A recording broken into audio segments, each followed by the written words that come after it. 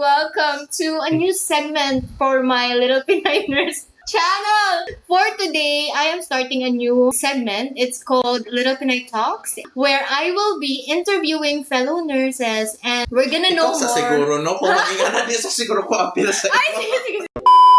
Welcome to another episode of my Little Pinay Nurse channel. It's an exciting one for today because I have a special guest and I'm very glad to have him here today. Should we hide your name or what? Is it okay to call you Edward? Okay, so I'm introducing my colleague, Mr. Edward!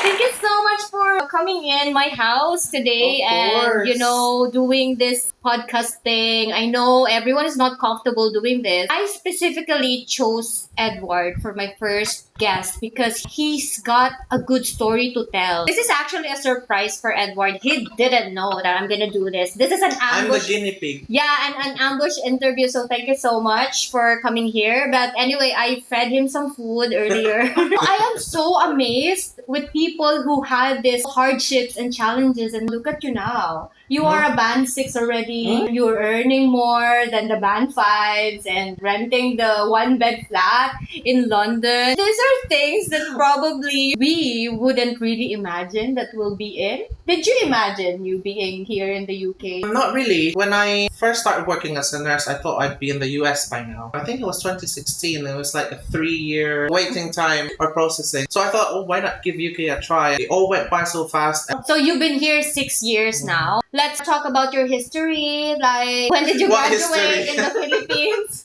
Just the nursing history. So you are from Davao, right? Well, not exactly. I'm from North Cotabato, Kidapawan City to be exact. I went to San Pedro College. Hello, SPCians. I went to San Pedro College in Davao City and then worked there. And Let me ask you the questions now. So we all know that he is from Mindanao in North Cotabato. When did you graduate again? 2010. Same with me in 2010 as well. How long did you spend nursing in the Philippines before coming here? I think I started 2011, left 2017, so that's 6 years. Davao Medical School Foundation, hello. What was your area? I was in a primary care nursing. We were allocated to 5 patients and we do everything. There's only one nursing assistant for the whole unit per shift. So it's like here. Yeah, but it's 1 to 5, but you do everything. And then I moved to the emergency department for another 3 years, I think. So, okay, this is the dreaded question. Because I know something. What is it? Spill it. Okay, so we know, and you shared this with me personally, that you took OSCE twice and you failed twice. Yes, yeah.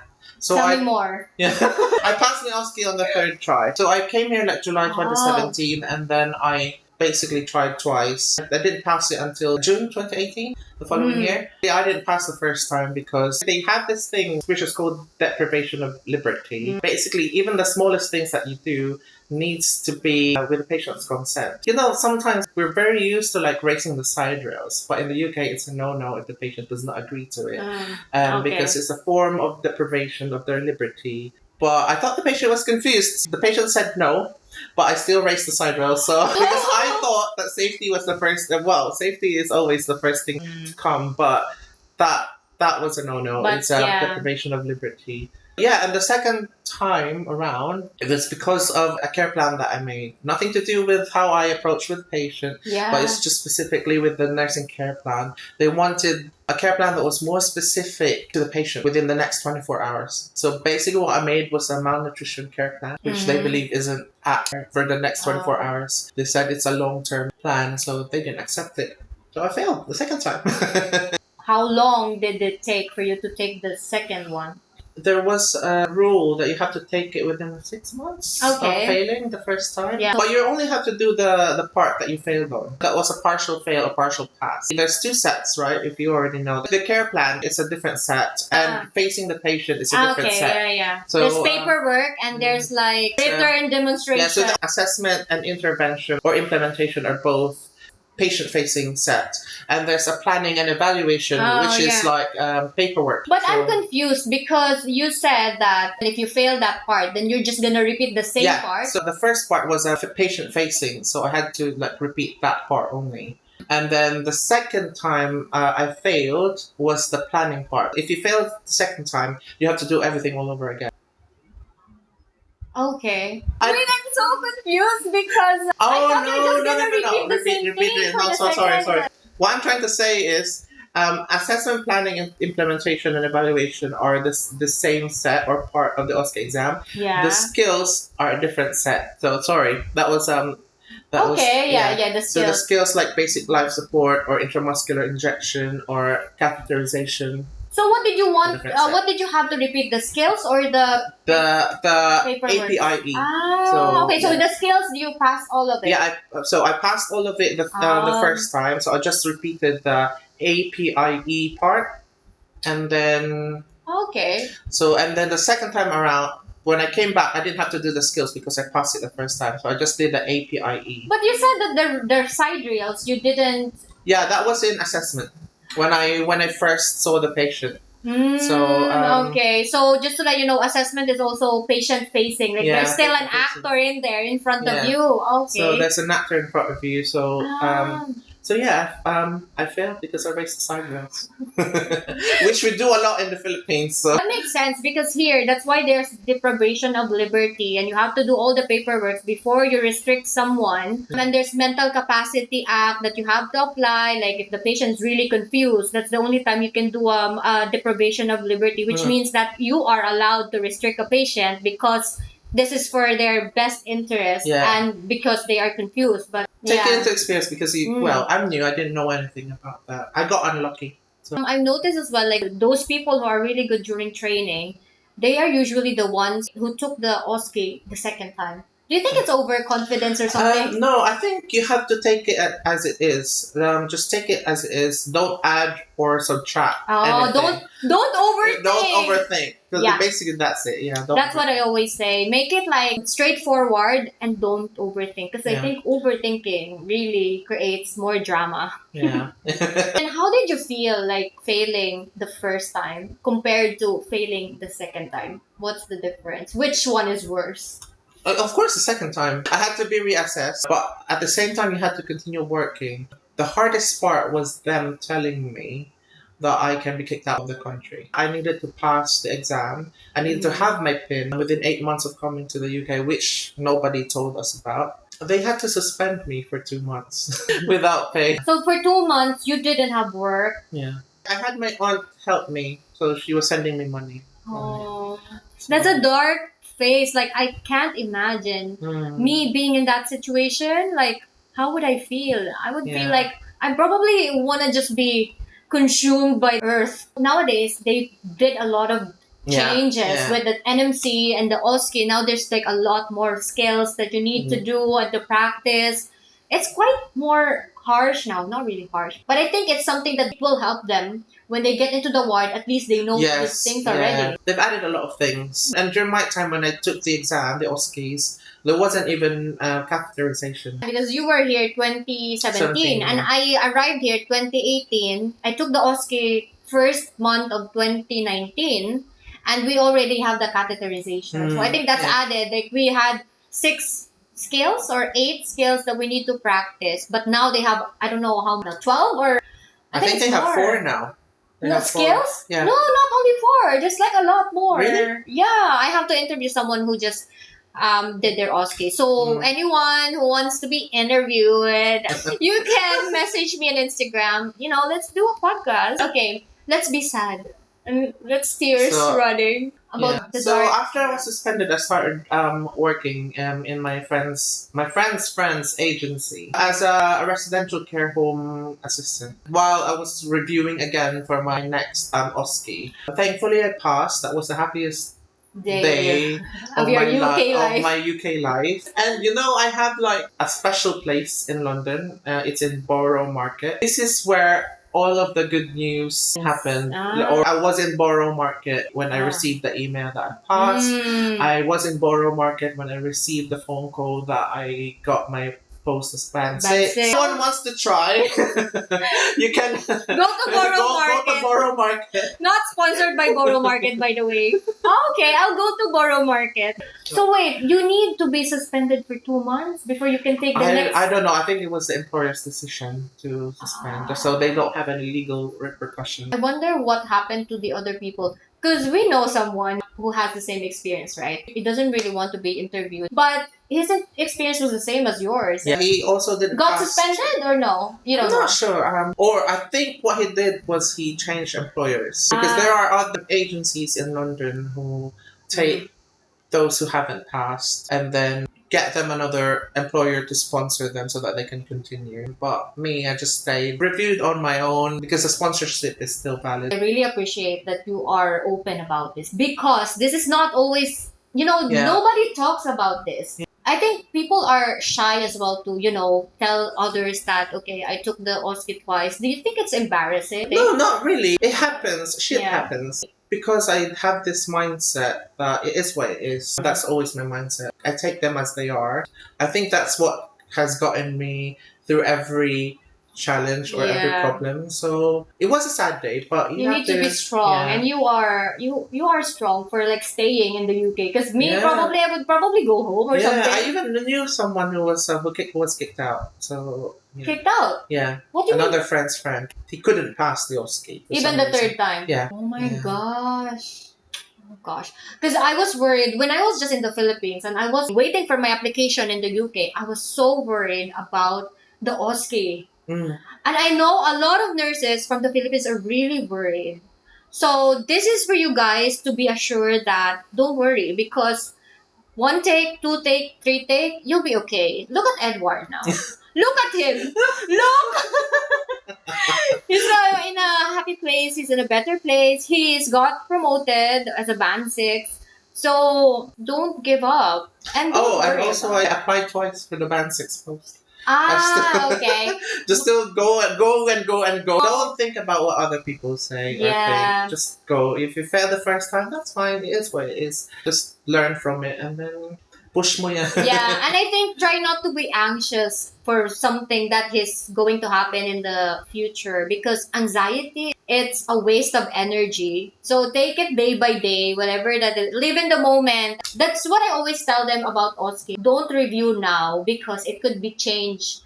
Because remember, they it change a does lot change, of things. I always keep saying this that don't try to practice OSCE when you're still in the Philippines. Do it when you're already in the UK. They will give you time. Did they give you time during your OSCE to practice before you took it? Oh yeah, they booked it for us. And a week's annual leave leading to the day of the OSCE, so you can focus. Because in my trust, we had like 1 month of preparation. So in 1 week's time, we have to work in our ward for just 1 day. And then the rest of the days, like 4 or 3 days, we had to go to training center and we had to train there with our instructors and all that before taking. So it was good support actually. Yeah, every trust does it differently. Our current trust, I think, those new nurses who are new recruits stay with the professional or the practice development team for the whole month. They don't even go to the wards. They just focus on the OSCEs. They take the exams and that's when they actually go to the clinical areas. But I think I like how my trust did it because we had to at least be aware of the actual scenario in the ward for like at least 1 day in a week. Because it's actually same thing in what you do. It's just in the training center. It's like all comprehensive and you do everything. But in the ward, it's a little bit of a shortcut. But at least you will be able to relate to it. Like if this is done in the ward as well. At the same time as well, because OSCEs are by the book, there are some things that you do in the ward that couldn't be applied in the OSCEs. That could have been, that but have not been. That cannot be applied. In my previous trust, we didn't even have allergy bans.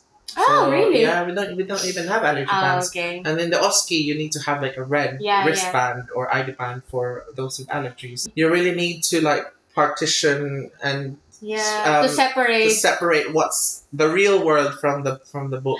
Yeah. And OSCE is like the perfect world where there's no understaffing. But because when you're in the real world where it's understaffing, you do all the shortcuts. But the principle's still there, it's still safe, but a little bit of a shortcut, you know what I mean? When you arrived here in the UK, how long did it take from the time that you arrived until you got your PIN. If you fail the second time, you have to do it all over again, but you have to wait 6 months before you can do it. That was the rule during my time. I failed the first time, waited for at least a month to take the second time. I failed the second time, so I had to wait 6 months before I can take it again. So would you say it's like 8 months before Yeah. you got the NMC Yeah. PIN? So July, almost a year actually. Oh my gosh, I can't imagine. Oh my gosh, my mental health will be. I don't know what I'm gonna do if it happened to me, but I think every person has their own strong points and the It ability also to adapt. Yeah, and it also depends on who the people are around you at that time. That's why I'm so thankful to. Can I shout out? Shout out shout Marie, out. Marie Oh, Marie, Mascarinas. thank you. Thank you so much for your support. She was my angel during those dark times. Thank you, Marie. You are an angel. As well as my aunt and my family. Where was this, by the way? Which part of the UK? North London. It's really something that a lot of people are scared of, Yeah. but you manage. Yeah. Let's talk about other questions. Alam mo mga Tagalog yung nandito, bakit nag-English tayo?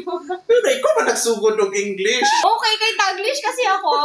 Okay, ang arte. Ano ang mga habits na na-change? Like, do you still wash every day? Okay, for example, me. I don't wash my hair every day because it doesn't apply here. The weather is cold. Yeah. You don't need to wash your hair every day. And like in the Philippines, it's so warm. Yeah. I think the work-life balance. You prioritize more of yourself than others. In the Philippines, it's like, work, and it's almost as if you can't say no to your bosses if they ask you to do something. But here, if they know you have somewhere to go, you've got plans, they respect that. They understand you, and they wouldn't push you to do something that you don't want to do. Actually, that's a good point because it's a big difference in the Philippine culture. It's like we are pleasing everyone else and we forget about ourselves. But here, you can actually speak up and you are actually encouraged to speak up, but not in a rude way. Like you can speak up with words that are more healthy without really affecting your emotions. And I would say, like, if in the first instance it's not okay with you, then you have to say something about it instead of things happening over and over again, and it just adds up to all of the things that you don't like, and then in the end you just burst in anger with emotions. I think one of the biggest changes is that you get the skills of planning. Like, organizing and planning ahead of time. Or you can always do that in the Philippines. I didn't do that in the Philippines. So, I think that's growth that you have. So, when you're like, I'm off this day, this is my me time, and you get to plan like your travels and stuff. That's good that you're doing that because we Filipinos are like people pleasers. Sometimes you are passive aggressive, we just keep it to ourselves. We will just say, okay lang, but actually it's not really okay. Because I think the thing is, we don't ask ourselves, like, Fatima, is that okay with you or not? Do you ask that now to yourself? Yes. And when my boss comes to me and asks, can you do an extra shift tomorrow? So there's always another person behind me, another me, who's pulling. Think first before you say yes. You have to think about yourself first and ask yourself. That's what we learned from here. I think because the culture here is different. Like, you are given more autonomy with your life, like consent. We go back to the concept of consent where it's you first. All right, next question. Embarrassing moments at work. Oh my god, okay. I can't forget this one because I still haven't passed my OSCE this time. You know when you have that patient with the NG tube? Yeah. No, that was an NJ tube, nasojejunal. I was there assisting my senior nurse. She was trying to change the securing device, the tape on the patient's nose. She was asking me, alright, I'll give you the scissors. You need to cut this part of the tape. And she's told me specifically, do not cut the tube. Do not cut the tube. Okay, which part do I cut? And then she was like, okay, you ready? And I cut the tube, guys. Why did you cut the tube? I don't know. Maybe your mind was somewhere else. I don't know. You know those oops moments. But the tube was still there. It wasn't like cut all the way, but I did manage to nick the side of the tube. Still, we had to change the tube after. So funny. Oh my god, she was a Portuguese nurse. I remember her now. I forgot her name, but I remember her face, and I remember the exact moment. I think she was mad, but she couldn't be mad at me because it was so funny. Because you know how hard it is to insert an NG tube. It's difficult. And Yeah. Nasojejunal, so it needs to be The X-ray IR. after. I don't know. The patient was off the feed, so I think it was okay. You got lucky there, actually. Yeah, she couldn't be mad at me because it was so funny, because she specifically told me many times Not to not to cut the tube, but I nicked the tube on the side. I so, think she already knew that you were about to do it. That's why she kept on reminding you. But things happen for a reason. What is supposed to happen will happen in the end, no matter how you stop it from happening. All right, next question. What are the things that you didn't like in the UK? They're so polite to the point that you can't tell if they're just being polite or they actually mean to like refuse or say no. What, in a sarcastic way or what? Like, let's say they don't like something and they just say, they say it in another way. They're too polite. They're not as blunt or as they're not straightforward. They're not straightforward. So if they can be polite, they'll do it. It's a good thing, actually. But for me, when I was new in the UK, that was a hard concept for me to grasp. They actually mean no, or they actually mean the other way around, but they're too polite that they word it in a different way. I noticed that they play with words, actually. Like, you don't know, sometimes they're being sarcastic already or they're insulting you, but they're just some words like, see you next Tuesday. Like, for example, a rude patient will tell you, see you next Tuesday. Which words, those words are like normal, right? Yeah. But actually it means, some people would mean that it's cunt, you cunt, or, you know, a bad word. A bad word. What else you didn't like? But in general, the people here are nice. They're like practicing to be nice and to be not racist, which is good. Like, it's a crime to be racist. Yeah, you can actually report people who are being racist. What are the things that you like? The weather is shit, but I like it. Most people don't like the weather in the UK because it rains a lot. You don't cloudy. get to see. You get to see it's gloomy. Don't get to see the sun. Yesterday I didn't get to see the sun, but I like it because I like cold weather. Yeah. I don't like hot weather. That's why I don't like sweating. Yeah. What else? The pounds. Well, not really now. These days, cost of living prices. What do you like? Give me an example. Back to you. I like how they practice to be nice and being polite as well. Sometimes even though you fake it and then you just make it. Fake it until you make it. What else? Transport?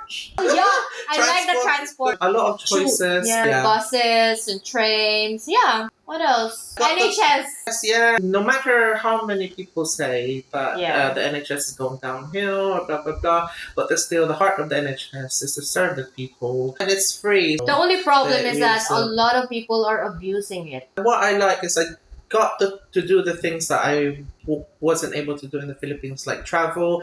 Geographically speaking, the UK is in a very good position. It's so close to Europe. It's so close to the east part of the US. So you won't have any. The Euro trip is like possible, but it's so far from the Philippines though. But anyway, how do you feel about nursing nowadays? Why are these questions so hard? I don't know. I still think that nursing is something that you should only do if you're really caring. Not really. If you have a strong will. But I do think that it is really a vocation. Like, I wouldn't advise you to do nursing if you don't really care about people, because it's difficult to care when you actually doesn't care. And in nursing, you are encouraged to care, and that's your job, is to care. Yeah, if you want to earn money, you have to you have to either think of other ways to go around it as a nurse. You have agency shifts, you go private, or you go to the US, you earn more, or entirely just don't do nursing. That's it.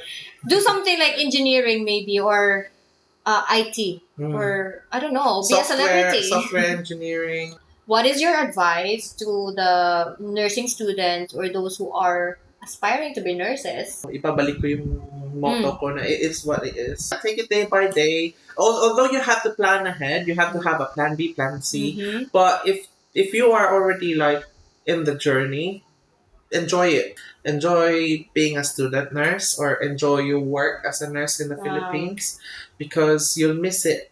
You'll miss everything when you're already here, and then that's true. Don't worry about the future much. Like, focus on the current situation. Yeah, and also have faith. There's a lot of factors. Like for me, the factors that were very like helpful for me was like I was with the right people and they were at the right time for me to help me without even knowing that they're already helping me. So yeah, just have faith. If you need to pray to Saint Jude, yeah, go. Well, Yeah, you are so mature. he's our patron, right? Oh, For really? I don't know. Oh. When I was taking the NCLEX exam in the Philippines, I used to pray to Saint Jude every okay. time. And when I failed the OSCE, I prayed to Saint Jude as well. I'm not a very religious person now. Well, I'm I not a think religious person that as well, changed as well, but I believe in the power of prayers. Yeah. Because prayer is like manifesting as well. I was gonna say manifest.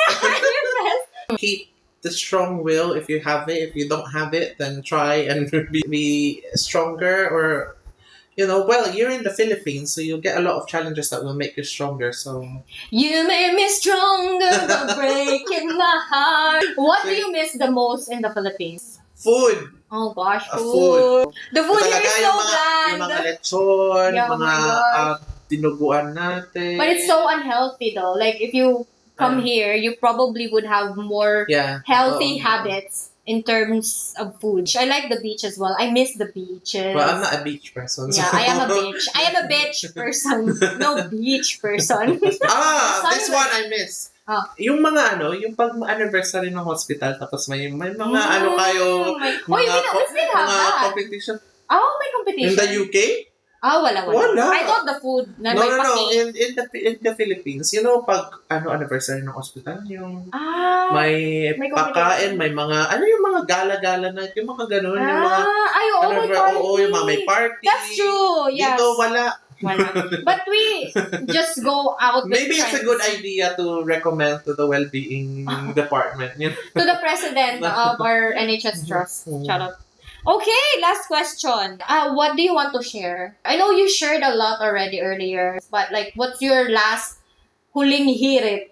Like I said, yung it is what it is. Balik-balik. Okay. No, but I mean, really, I tend to not dwell on something that has happened. I almost automatically think, anong sunod na gagawin ko para makamove on ako dito, para maka-learn ako from dito. Hindi ako yung tipong iiyak ako dito. Although, there are some points. Cry. I mean, it's good to cry. But then, at the same time, if you look back, naka-move on ako and I've already progressed from it. Kasi you're wasting energy trying to dwell on something. In the past, My classmate used to say, don't cry over spilled milk. Yeah, so that's true. Yeah, think of what do I have to do next. That's actually a strong point. You can also apply it in work, as a nurse. If you run into an emergency, okay, what went wrong? What should I do next? What should I? Yeah. You can apply it on everything in general. Wow, we are already almost 1 hour sitting in this chair, and I enjoyed this podcast vlog. I wasn't expecting it. I just live in the moment. But thank you so much, Edward, for coming over here and doing this with me and being open. Being open and vulnerable. So to all my friends out there, watch out because you are next. Thank you so much. And I feel like in this episode and in this talk, I've seen how you actually grow. I mean, we haven't met for a long time, but I can see how strong you are. And whatever you were saying earlier, it's something that I didn't expect from you because I thought you're just like not doing anything about things, but in Bisaya, bawal ang gamay og heart. Anyway, so that's it for today's LilPinay Talk episode. I hope you enjoy it and I hope you subscribe to my channel. I only have 32 subscribers in this vlog pala because I'm making this vlog for all the nurses. So that's why I'm interviewing fellow nurses about their experience, and also I'm having like a sit-down talk about things like about deprivation of liberty, actually probably in the next episodes, because it's quite important. Like these are the things that wasn't mentioned before, and things that I could share to them so that they can be ready, right? Anyway, any last words? Last words. Emma is coming for you guys. Maganda na kayo. But anyway, thank you so much for watching and we will see you on the next vlog. Bye! Ay, dunganta. Ano ba? We're gonna dance later on. And that's why I'm wearing pink. And if you can see, my socks is pink as well because this is black pink. Okay. Alright. right, I'm ready. Nasa tabang Blackpink. face. New. Ano Okay. man? 1, 2, 1, 2. 3.